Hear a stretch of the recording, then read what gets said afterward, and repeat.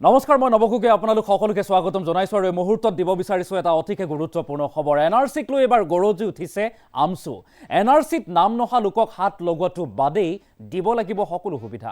কেন্দ্ৰীয় চৰকাৰে স্পষ্ট কৰি দিছে এই কথা। এনআৰচি কেন্দ্ৰীয় চৰকাৰৰ আৰু উচ্চতম ন্যায়ালয়ৰ এটা বিষয় আৰু এনআৰচিক লৈ আভুৱা ভৰা কথা কোৱাৰ অধিকাৰ নাই ৰাজ্যৰ মুখ্যমন্ত্ৰী ডক্টৰ হিমন্ত বিশ্ব শৰ্মাৰ। এনেদৰে আমছুৰ নেতৃত্বই এতিয়া এনআৰচিক লৈ বিদেশী বিতৰণক লৈ গৰজি উঠা দেখিবলৈ পোৱা গৈছে। এটা অতিকে গুৰুত্বপূৰ্ণ খবৰ, ডাঙৰ খবৰ আমি লৈ আহিছোঁ। এনআৰচিত নাম নথকা বা নহা লোকক হাত লগোৱাটো বাদেই দিব লাগিব সকলো সুবিধা। এই মন্তব্য কৰিছে আমছুৱে। কেন্দ্ৰীয় চৰকাৰে স্পষ্ট কৰি দিছে এই কথা। কেন্দ্ৰীয় চৰকাৰে এই সন্দৰ্ভত স্পষ্ট ঘোষণা কৰিছে বুলি উল্লেখ কৰিছে। এনআৰচি কেন্দ্ৰীয় চৰকাৰ আৰু উচ্চতম ন্যায়ালয়ৰ এটা বিষয়। উচ্চতম ন্যায়ালয়ৰ আৰু কেন্দ্ৰীয় চৰকাৰৰ এটা বিষয় হৈছে এনআৰচিক লৈ আভুৱা ভৰা কথা কোৱাৰ অধিকাৰ নাই মুখ্যমন্ত্ৰীৰ। মুখ্যমন্ত্ৰী ডক্টৰ হিমন্ত বিশ্ব শৰ্মাক উভতি ধৰিছে আমছুৱে। এনআৰচি পুনৰীক্ষণৰ বিষয় নাকচ কৰিছে উচ্চতম ন্যায়ালয়ে। এনআৰচি আৰু সমান্তৰালভাৱে বিদেশী বিতৰণক লৈ এনেদৰে গৰজি উঠিছে। গৰ্জন দেখিবলৈ পোৱা গৈছে আমছুৰ নেতৃত্বৰ।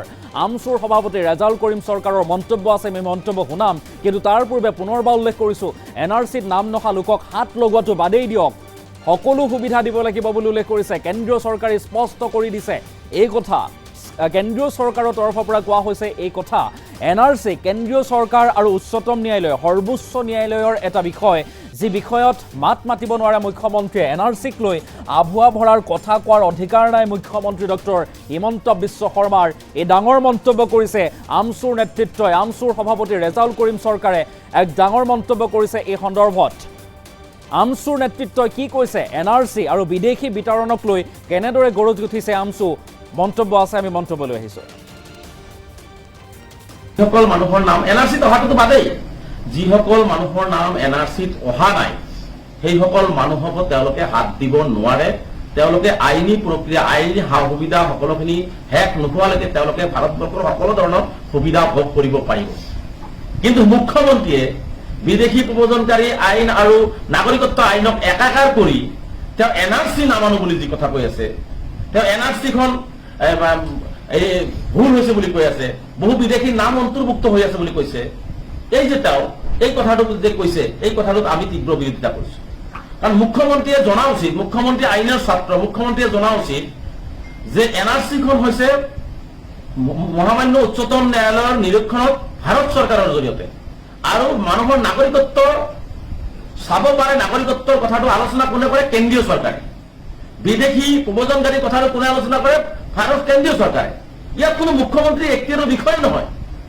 আৰু এই চিটিজেনশ্বিপ এক্টৰ আণ্ডাৰত ভাৰত চৰকাৰে মহামান্য উচ্চতম ন্যায়ালয়ৰ নিৰীক্ষণত এনআৰচি কৰিছে।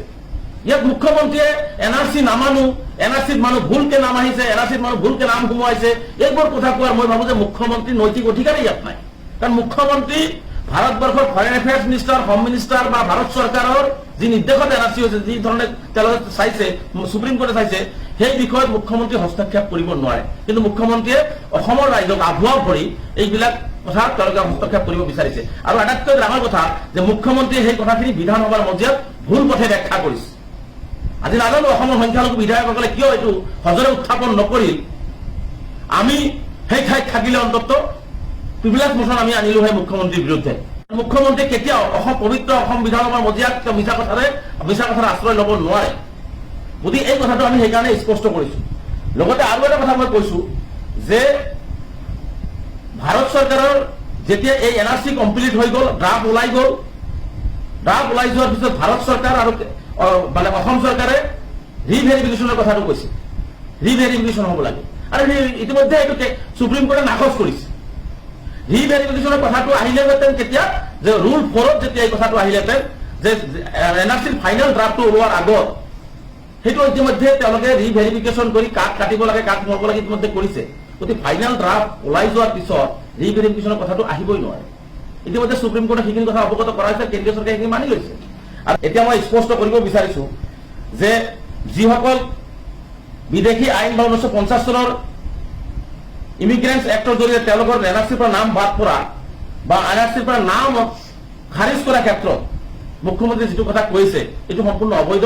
গতিকে NRCৰ পৰা যিসকলৰ নাম বাদ পৰিছে বা যিসকলৰ নাম অন্তৰ্ভুক্ত ভুলবশত হৈছে সেইটো NRCৰ ৰুল 10ৰ জৰিয়তেহে বাদ পৰা মানুহখিনিক তেওঁলোকে ৰিজেকশ্যন স্লিপ দিয়ে বা ভুল কথা কাটিব লগা মানুহখিনিক কেনেকৈ কাটিব সেইটো NRCৰ ৰুল 10ৰ জৰিয়তেহে কৰিব লাগিব। গতিকে এই কথাটো স্পষ্ট। সেইকাৰণে দেখিছো যে NRCৰ ক্ষেত্ৰত অসমৰ ৰাইজক সম্পূৰ্ণভাৱে মুখ্যমন্ত্ৰীয়ে আভুৱা ভৰি ভুল কথা কৈ আছে, যিটো মুখ্যমন্ত্ৰীৰ এখতিয়াৰৰ বিষয় নহয়, কেন্দ্ৰীয় চৰকাৰৰ সম্পূৰ্ণ এখতিয়াৰৰ বিষয়। নাগৰিকত্ব চোৱা, বিদেশী প্ৰব্ৰজনকাৰীৰ কথাটো চোৱা চিতা কৰা, NRCৰ বিষয়টো চোৱা চিতা কৰা সম্পূৰ্ণ কেন্দ্ৰীয় চৰকাৰৰ এখতিয়াৰৰ বিষয় আৰু সম্পূৰ্ণ এই কেন্দ্ৰীয় চৰকাৰে এইটো নিৰীক্ষণত চলি আছে। আৰু সেই কেন্দ্ৰীয় চৰকাৰৰ নিৰ্দেশনাক অৱমাননা কৰি কেন্দ্ৰীয় চৰকাৰৰ নিজেই কেন্দ্ৰীয় চৰকাৰ, নিজেই ফৰেইন এফেয়াৰ্ছ মিনিষ্টাৰ, নিজেই যদি মহামান্য উচ্চতম ন্যায়ালয়ৰ দৰে নিজকে ভাবি লৈ যদি কামবিলাক কৰিব বিচাৰে, এইটো মই ভাবো যে আমি এইটো কোনো পানী নলয়। গতিকে মুখ্যমন্ত্ৰীয়ে সময় থাকোঁতে সঁচা কথাটো কোৱা উচিত। যিখিনি পৰা যায় আইনগত দিশবিলাক আমি নিশ্চিতভাৱে চালি জাৰি চাম, কিন্তু আমাৰ কথা স্পষ্ট যে 71ৰ আগৰ মানুহখিনিক কোনো ধৰণৰ হেৰেছমেণ্ট কৰিব নোৱাৰিব, NRCত নাম অহা মানুহখিনিক কোনো ধৰণৰ হেৰেছমেণ্ট কৰিব নোৱাৰিব, যিটো ইতিমধ্যে কেন্দ্ৰীয় চৰকাৰ আৰু ভাৰত চৰকাৰ আৰু বিদেশ মন্ত্ৰালয়ে কৈ থৈছে, যিটো সুপ্ৰিম কোৰ্টৰ নিৰীক্ষণত NRCখন হৈছে। যিসকলৰ নাম অহা নাই তেওঁলোকক কোনো ধৰণৰ অত্যাচাৰ কৰিব নোৱাৰিব, তেওঁলোকে যেতিয়ালৈকে আইনী সহায় তেওঁলোকৰ শেষ নহয় তেওঁলোকক সকলো ধৰণৰ সুবিধা পাব লাগিব। ডি ভোটাৰৰ নামত অন্যায় আৰু অত্যাচাৰবিলাক বন্ধ হ'ব লাগিব আৰু স্বদেশী ভাৰতীয় পৰিয়ালৰ প্ৰতিজন মানুহ ভাৰতীয়, এজন মানুহক তেওঁলোকে বৰ্ডাৰ পুলিচ আৰু এপ্টিকটৰ বলি কৰাই তেওঁলোকে যি ধৰণে ভাৰতীয় নাগৰিকক অন্যায় কৰাইছে বা অন্যায় কৰিবলৈ চেষ্টা কৰাইছে, এইবোৰ বন্ধ হ'ব লাগিব।